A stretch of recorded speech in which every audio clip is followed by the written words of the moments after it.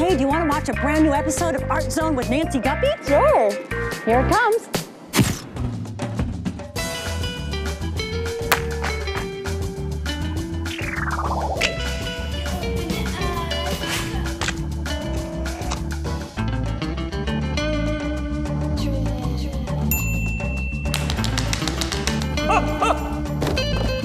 Hello, hello.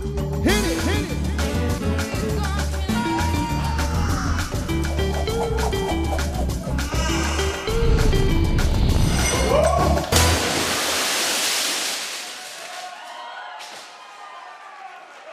Hi there and welcome to the show. I'm Nancy Guppy, coming to you this week from the Rendezvous in beautiful Belltown. We have a terrific lineup of art for you.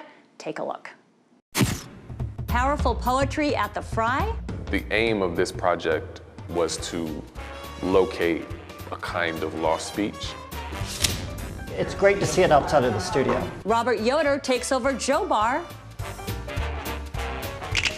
Remembering Bob Jones. And he gave you A beloved free spirit. And musical guest Trace Leches. Love is desire. It could mean anything. We'll start with a great story about Pops, a musician and the unofficial mayor of Belltown. My name's Glenn Pops Freeman. I'm a street musician living here in Seattle now for the last 35 years. And I write my own music. I play percussions and sing. My choice of instruments is a water bottle. sparrows, robins, and skylarks, and he gave you his heart. Yes, he did. It's entertainment. People like to be entertained. They like the fact that it's a personal interaction, like a personal concert. I grew up in San Diego, California. Grew up in a junkyard. My mother had 14 children. I never met my dad. I've never really even seen a picture of my dad. His name was Thomas Freeman. Matter of fact, I have a poem I'd written about him. It's called The Man I Never Knew. You would have had to have been cool. You would have had to have been real damn cool, good looking, smart, and a damn good hustler too. Because I know my mama, she wouldn't have fell for no fool. But you're just a man I never knew. Now my mama always said she loved you. I wonder if you loved her too. And if you did, what would make you leave her? Leave her and your family too. Turn your back, never look back. What were you running from? What were you running to? You're just a man that I never knew. I first met Pops in the Rendezvous. I was probably sitting here or here, and Pops came up to me and asked if I would like him to do a poem. And I said, sure. He did a poem for me called Broken Glass. My love is cut now and it's cut completely through as I try to hold the broken edge of you.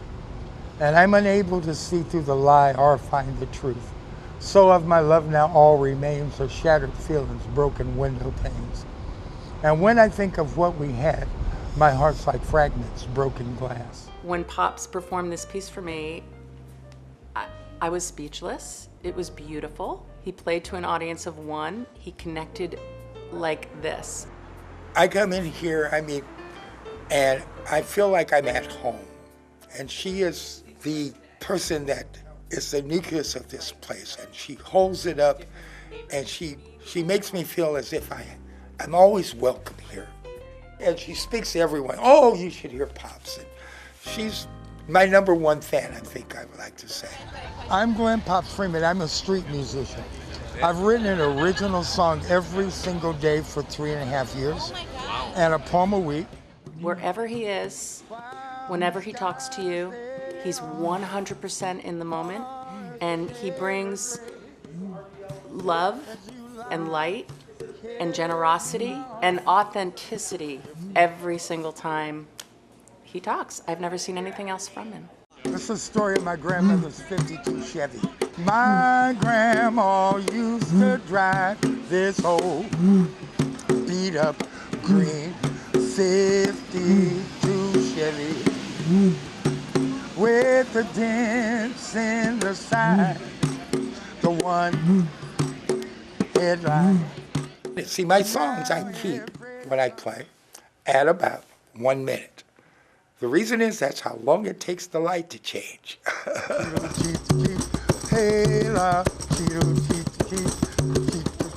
I'm planning on this trip home to San Diego, and this is one of the things that I'm in the process of dealing with. I left, never really went back. 35 years I've been here. When I left San Diego, I had been going out with a woman. And one day I was up here and someone I ran into from San Diego, we got to talk about, did you know you had a daughter? I went, nope. And I said, well, I should probably go down there and see her. And I went, well, I never went. Now I'm gonna go. I'm doing this concert at the Rendezvous here to raise money to support this trip. I'm homeless. I'm hoping to make enough from this show in order to pay my needs to go down there. But if I don't have a dime, I'm still going. Backstage at the Rendezvous, preparing for my concert tonight.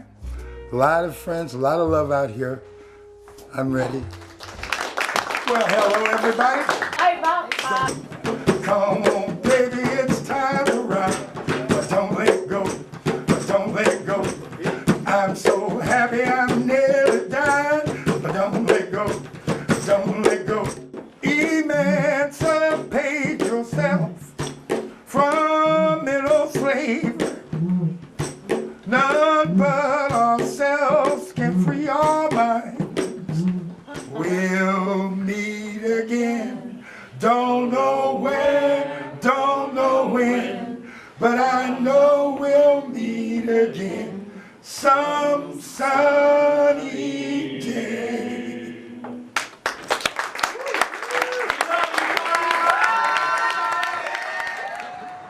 My mind's always searching for the best thing I've ever written. I'm trying to find the best thing I've ever written, and I haven't written it yet, but I'm going to find it. So I'm always searching for it. You know, I don't see the sun setting. You know, I see the world's spinning one way and the sun is going the other way, and we're just in between, and I watch the light come, and I watch the light leave, and I try to figure a way to put it all into this thought to where you go, wow, I've never seen it that way. Good morning and welcome to Amtrak. Passengers traveling in sleeping cars or business class, please have a seat in the lobby. All right, thank you, ma'am. Pops, this is yours. You got your picture on the wall, and it's going to be there when you get back. All right, we're doing it. We're doing it. Proud of you.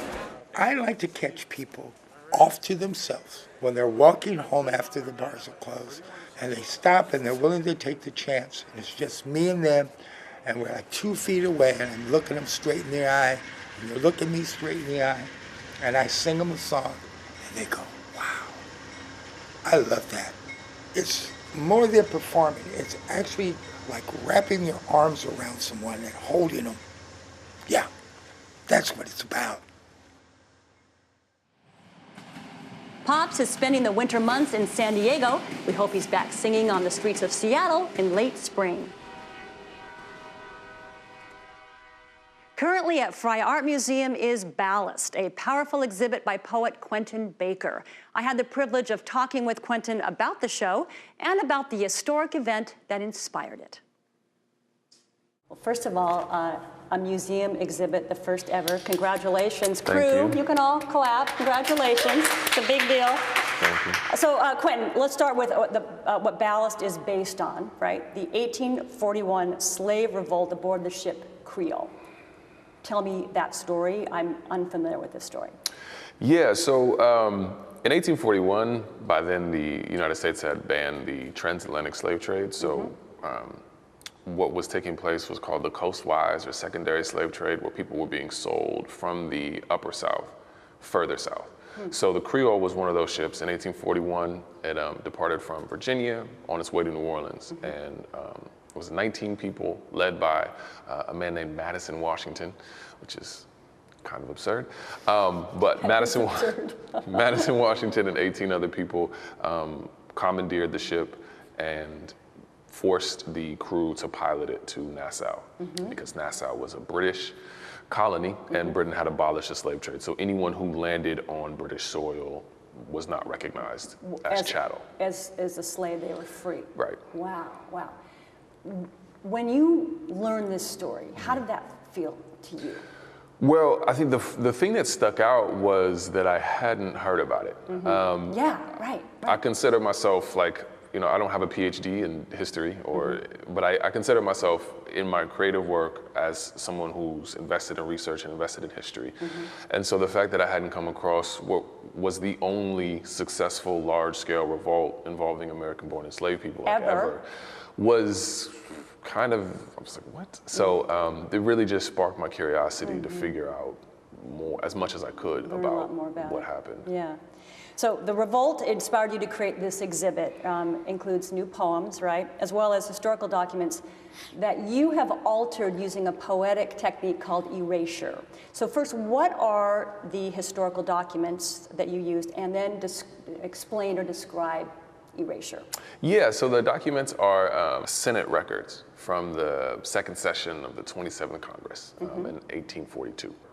They're depositions and they're letters back and forth from members of the US government and members of the British government in Nassau, just that detail all of the proceedings. Because what happened after the ship ran aground in Nassau was that the United States sued Britain for loss of cargo.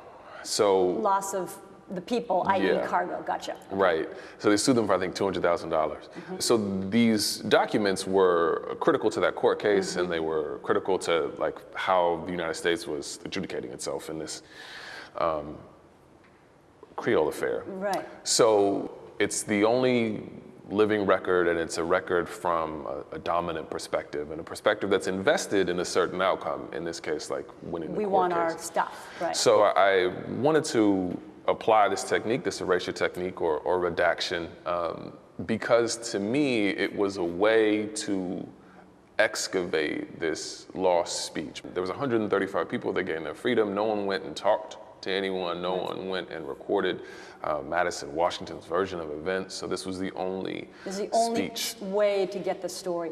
When you are doing the erasure or the redaction, how do you choose the words or the phrases that you want people, like anyone who comes to the exhibit, to see?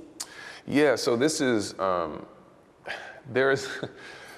there's a lot of different ways that one could go about it. For me, it was looking for then something that would echo the kind of utterances that were lost, the kind of perspectives and interiority that was ignored and that people were uninterested in, or rather required to not exist. So really it was about finding language that to me got at that sense of recovery or that sense of redress.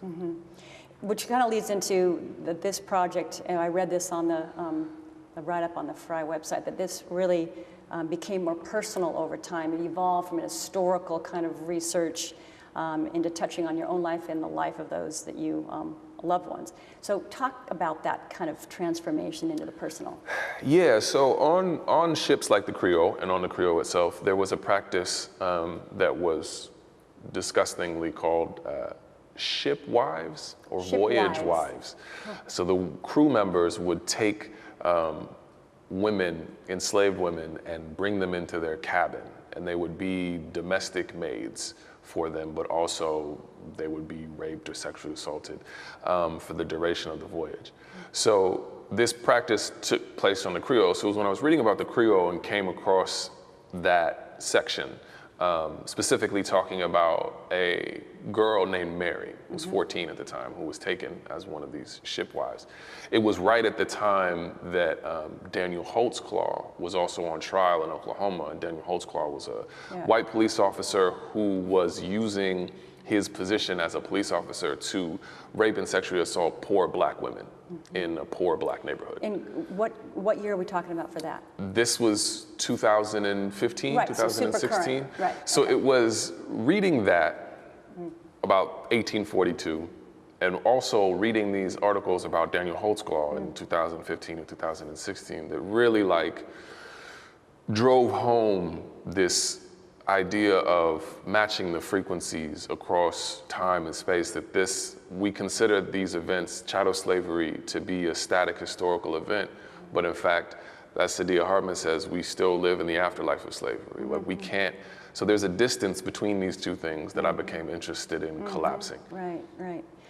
Why did you choose the title of Ballast? What does that mean for this exhibit? So ballast ballast is still in use today. It just means that it's the placeholder weight for cargo.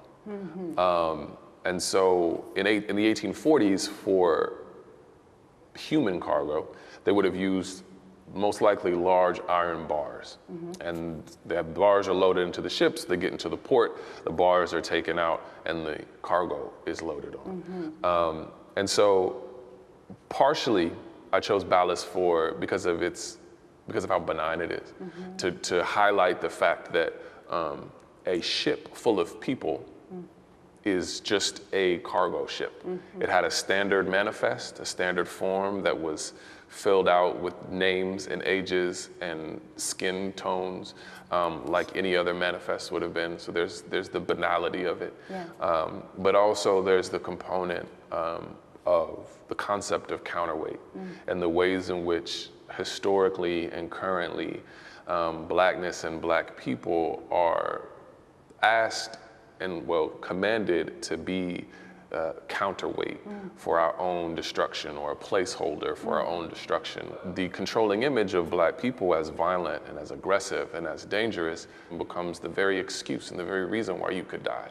So that concept of ballast, that concept of the counterweight, of a placeholder for your own kind of freight, for that kind of weight, also came into play. That's very powerful.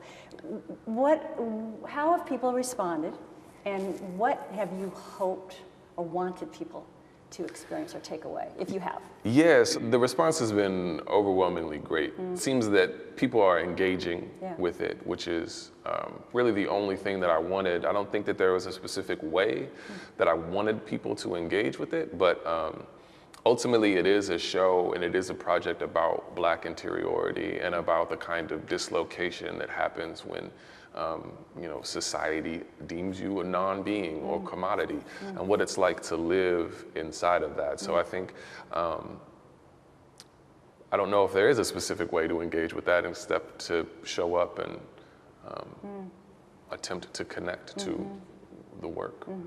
Well, I think people respond because you have done it extremely well. That's why people respond to something. It's not a generality. It's very specific. Well, it's a fabulous show, and I want to push it. It has another week. Ballast runs through Sunday, February 3rd at the Fry Art Museum. Hours and locations, location frymuseum.org, and you can keep up on everything Quenton, including the book that is coming out. We think sometime soon. It will be coming out. It will be coming out. That's what we're saying. On his website, quentonbaker.com. Well, thank you so much. And I have to give a shout out to your outfit. Oh, it's just so great. The shoes, the top. Can I say a top? It's a top. It's a top. It's on the top. It's a top. Thank you so much. It's great.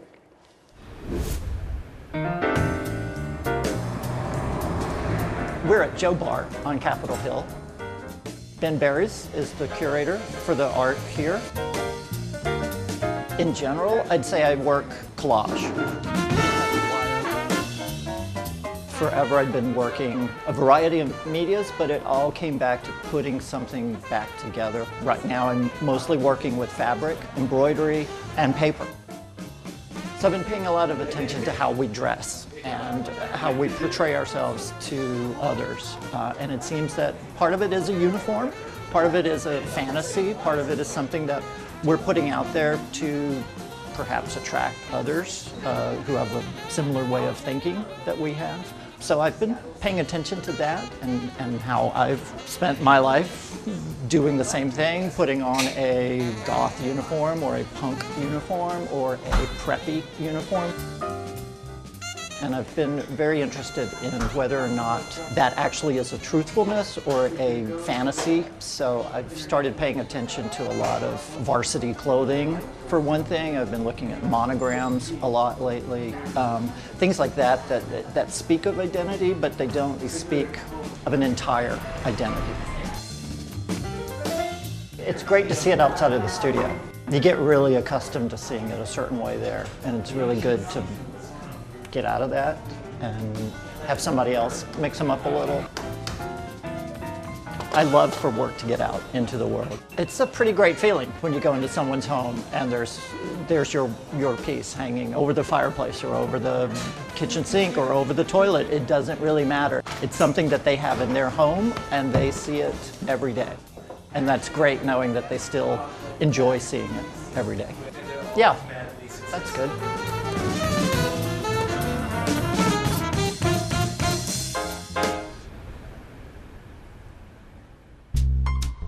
Robert's show, My Mouth Fully Dry, runs now through Monday, February 4th at Joe Bar on Capitol Hill.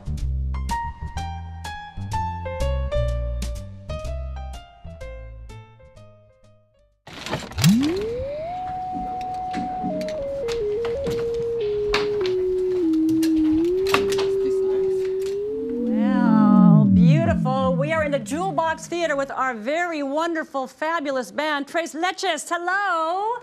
Hello. And of course, Alia de Alessandra. So nice to see you. Hello. So before we chat a bit, why don't you introduce your compatriots, and we'll start over, and I'll keep you right here. Okay. This guy right here. It's Sander. Sander. And who do we have on the drums here? Ulises Mariscal. Well, it's so great to have you. I think we tried to get you last fall, and I was just after you, so we're so happy to have you here. Now, you all play, so there's guitar, bass, drums, vocals, of course, and of course the theremin. And you all play everything, right? You kind of mix and match. Yeah, we like to switch around. I think that each one of us kind of does different kind of form of art. So like Ulises does painting, Sander does his own recordings and mastering, and I do video, and I think we kind of apply that to when we play music. You put out a couple of records, so EP in 2015, right? And then in 2018, just a couple months ago in September, Amorpho. So 2 different records, 3-year difference there in time. Is there a big difference in what Amorpho is, or is it just kind of a continuation of EP? I think our EP has a really good representation of the different kinds of music that we write when we take on different roles, and Amorpho is just like a larger version of that. And we also worked with Kevin Suggs from KXP, who's a really good live engineer, and I think he helped us capture what we like to do live, because he's really good at just letting a band kind of perform like what's there. Be what you are. Yeah, that's huge. Yeah, that's huge. Okay, so you're gonna play us 2 songs off the new release, and I believe what's the first one?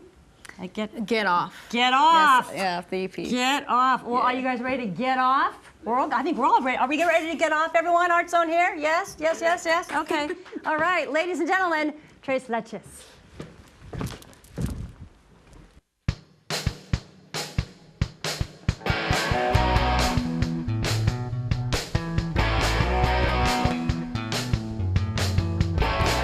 Love is desire. It could mean anything. With love you want it, you got it, you get it or you don't. So get off my back. Dance right now, don't need a partner to make me look good. Get off my back. You're out too hard, you're gonna break it, and I can't afford that. Oh no.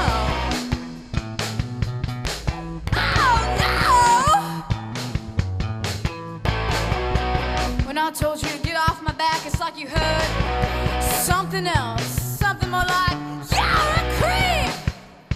But it's not my job to fix your insecurities with my body.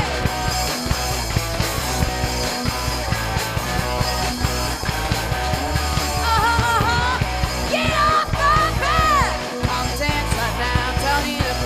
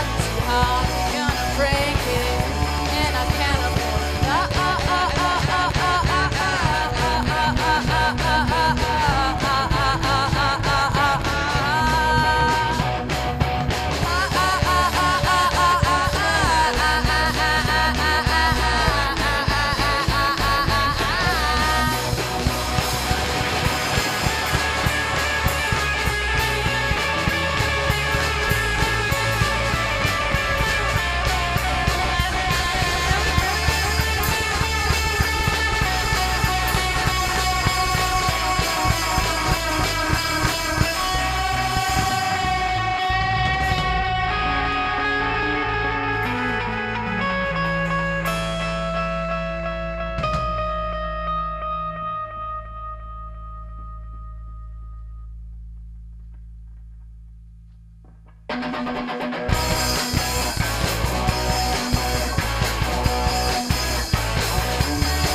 it all back. I'm sure you never wanted anything from me anyway. So it's in the corner, but get up, get up, get up, get up, get up, get up. Take it all back.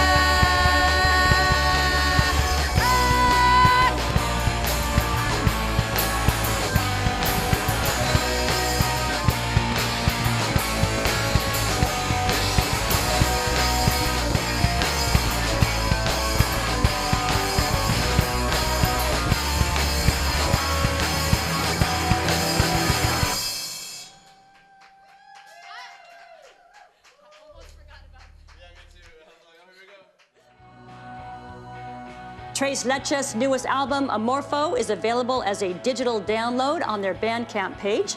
Also, the band is opening for Ila Bamba's LP release show on Sunday, February 10th at the Tractor Tavern in Ballard.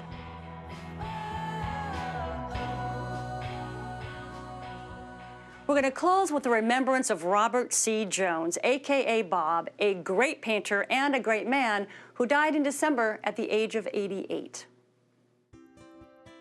Bob attended the Rhode Island School of Design where, in the summer of 1952, he studied under the abstract expressionist Hans Hofmann.